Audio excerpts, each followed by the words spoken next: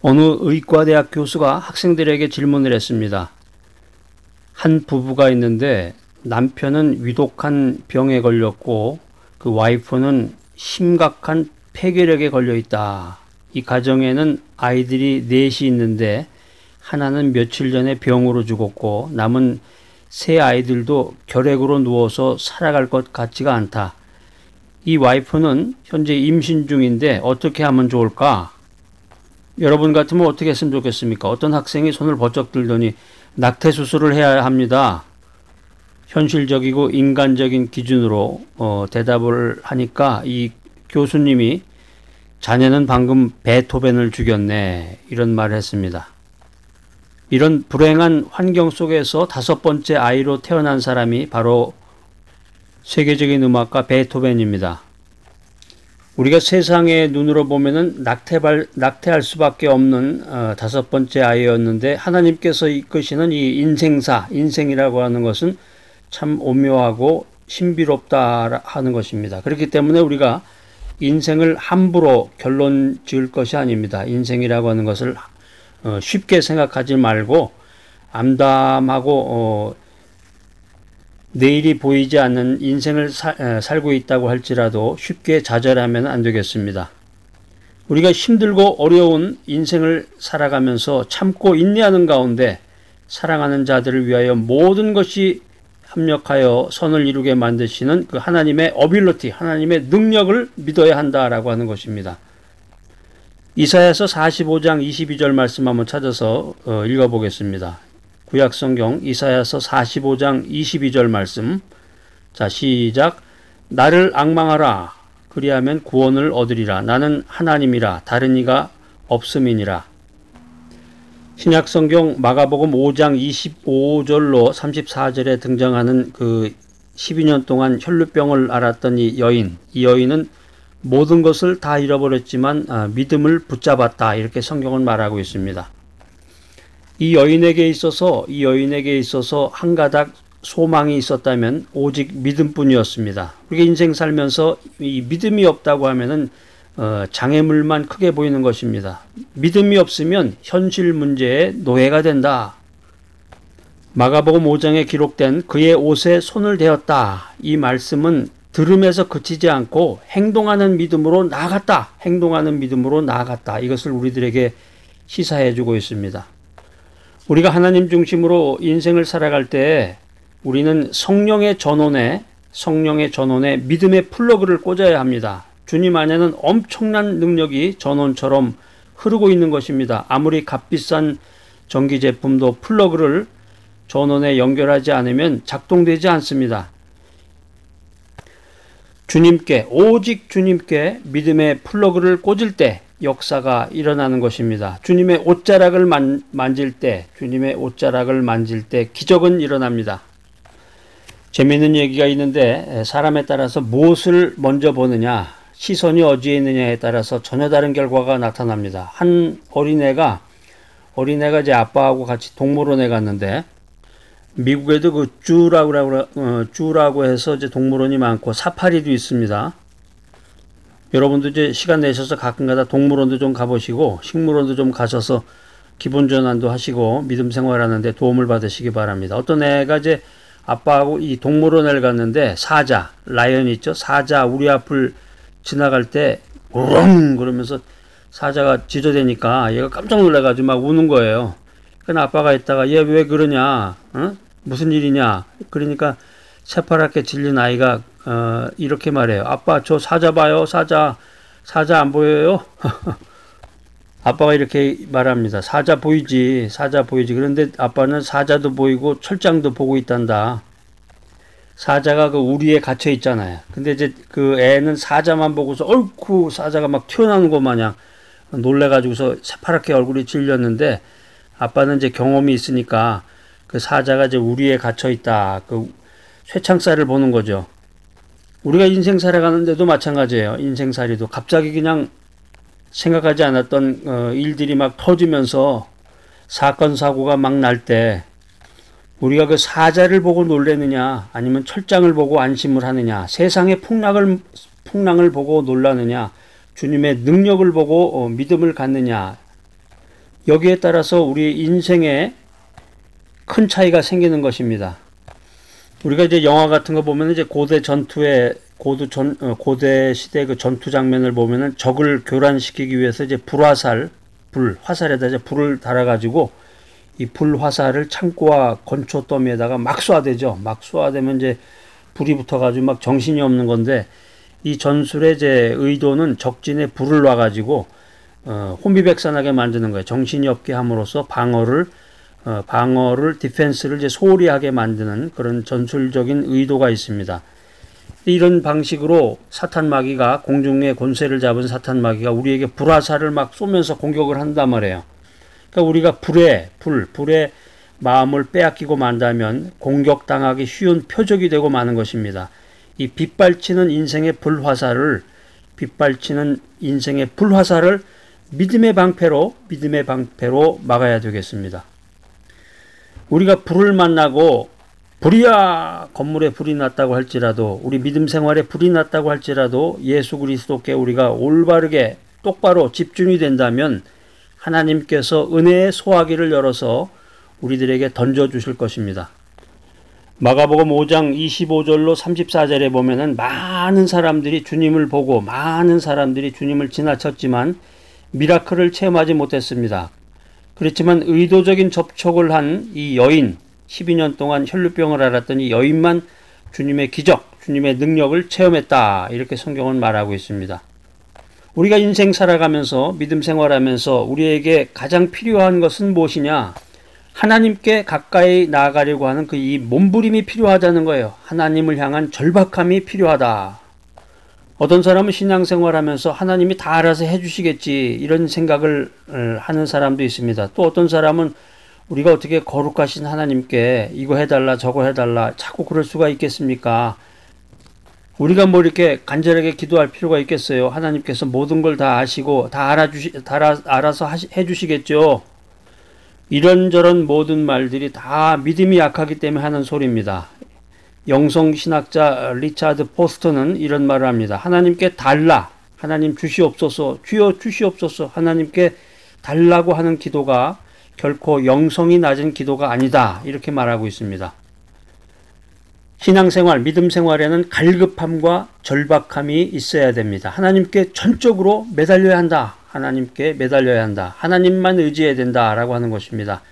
수많은 사람들이 예수님을 만나고 수많은 사람들이 예수님을 따랐지만 오직 믿음으로 예수님의 옷자락을 만진 사람은 이 12년 동안 혈루병을 앓았던 여인 한 사람뿐이었다라고 하는 것입니다. 마가복음 5장 30절에 예수님께서 이렇게 말씀하십니다. 누가 내 옷에 손을 댔느냐? 이 여인이 예수님의 옷에다가 손을 대니까 능력이 빠져나간 것을 예수님께서 알아차리신 거예요. 그때 제자들이 이렇게 얘기했습니다. 이렇게 많은 사람들이 밀리는 상황에서, 이렇게 사람들이 많이 밀리는데 누가 주님의 옷에 손을 댔는지 우리가 어떻게 알 수 있겠습니까? 예수님 생각해 보세요. 수많은 사람들이 손을 예수님 옷에다 대지 않았습니까? 성경 읽다 보면 어떤 때는 이 제자들이, 예수님의 제자들이 꼭 사오정 같은 얘기를 해요. 사오정 같은. 수많은 사람들이 예수님의 의도, 예수님의 뜻을 몰랐던 거죠. 잘 믿음으로 예수님의 뜻을 생각해야 되는데, 수많은 사람들이 예수님께 손을 댄 건 사실이지만, 수많은 사람들이 예수님께 손을 댔지만 믿음하고는 관계가 없었던 일입니다. 믿음하고 관계없이 그냥 밀려가지고 손을 댄 거죠.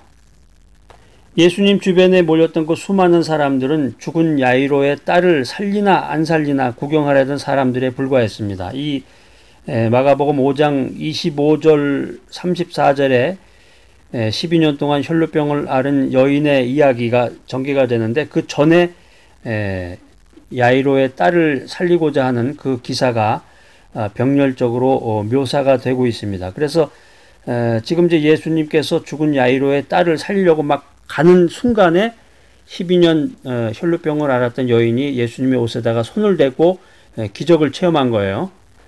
그러니까 수많은 사람들이 예수님 주변에서 막 떠밀리듯이 하면서 예수님께 손을 댔지만 믿음하고 상관이 없고, 그 사람들은 죽은 야이로의 딸을 살리나, 예수님께서 살리나 안 살리나 하고서 구경해보려고, 믿음이 아니라 단순히 그 호기심에 구경을 해보려던 그런 사람들에 불과했다라고 하는 것입니다.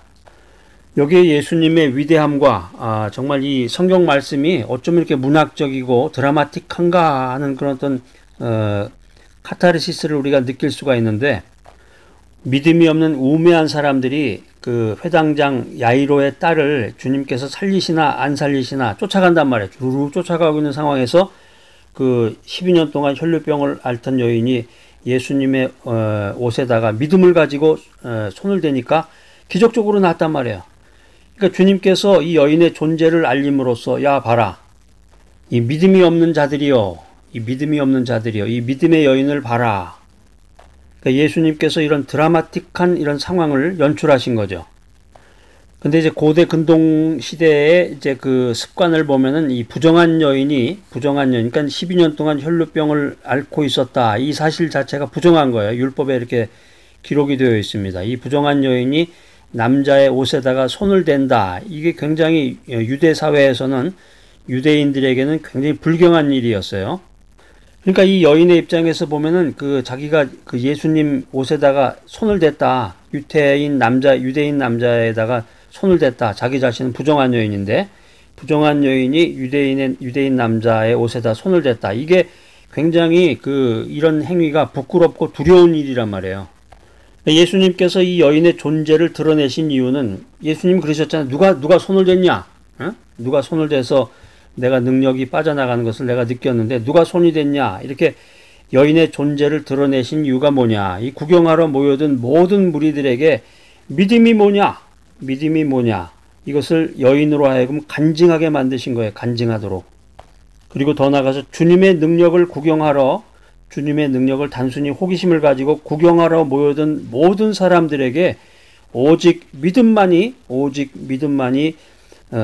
구원의 참된 길임을 보여주기를 원하셨던 것입니다. 할렐루야. 예수님께서는 예수님의 능력을 통해서 고쳐주신 것을 우리로 하여금 증거하기를 원하십니다.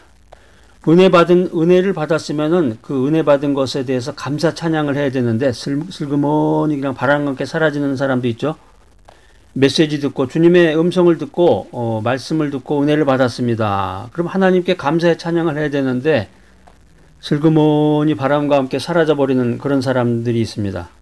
그러니까 주님의 뜻을 깨닫고 우리가 복음을 전한다는 것이 거창한 말로 그냥 뭐 메가폰 들고서 뭐 주여 믿어라 뭐 명동 같은 데 가서 뭐 이렇게 유창한 말로 성경 구절을 그냥 달달달달 암송하면서 논리적으로 설명을 해야 전도가 되는 게 아니고, 내가 예수님을 만나고 내 삶이 어떻게 변화가 되었는지, 나의 가정과 일터가 어떻게 회복되었는지 이거를 알리는 거야. 이걸 전하는 것이 바로 전도입니다.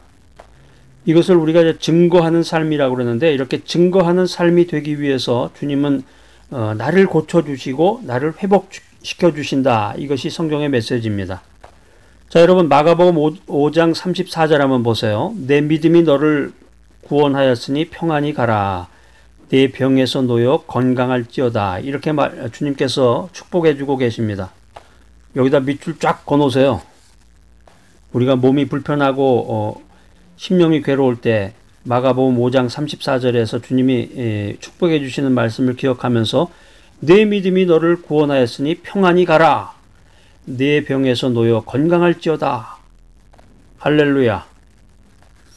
마가복음 5장 34절 말씀은 믿음으로 행동하는 사람들에게 주시는 주님의 회복과 평안의 메시지이십니다. 할렐루야, 할렐루야. 내 질병에서 해방될지어다. 내 마음의 고통에서 해방될지어다.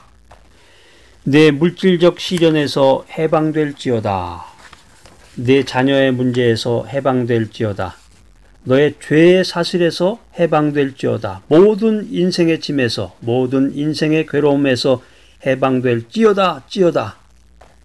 할렐루야, 할렐루야. 이 마가복음 5장 34절 말씀 너무나 귀하고 복된 말씀이네요. 주님만이 고치신다는 믿음을 가지고 우리가 인생을 살아나가야 되겠습니다. 우리가 믿음 생활하고 신앙 생활한다고 그러지만 이런 일에 치이고 저런 일에 지치고 고달픈 인생입니다. 이 지치고 고달픈 삶이라고 할지라도 이 12년 동안 혈루병을 앓다가 기적을 체험한 여인과 같은 믿음을 가지고 주님의 옷자락을 만질 때, 간절한 마음으로 믿음을 가지고 오직 주여, 주님께서 나를 고쳐주심을 믿습니다. 주님의 옷자락을 만질 때 주님은 우리에게 축복을 선언하십니다. 할렐루야. 말씀과 기도와 찬양으로 보혈의 십자가를 만지면, 인생의 짐으로 가슴앓이 하고 있던 우리 모두에게 주님이 찾아오십니다. 주님께서는 믿음 없이 살아가는 오늘날의 세대들을 바라보고 한탄하고 계십니다. 하늘 능력의 결정적인 근원은 오직 믿음입니다. 오직 믿음. 인간은 숫자의 적음이라든가 연약함과 부족함만을 바라보고 불평하고 원망합니다. 우리가 불평하고 원망할 것이 아니라 우리 안에 주님을 향한 굳건한 믿음이 필요하다. 이 사실을 알고 깨달아야 되겠습니다. 자, 오늘 이 귀한 메시지 들으신 여러분들, 믿음의 플러그를 꽂고, 주님께 믿음의 플러그를 꽂고, 주여 나에게 믿음을 더해 주시옵소서, 이런 간절한 기도를 하는 귀하고 복된 여러분 모두가 되시기를 간절히 기대합니다.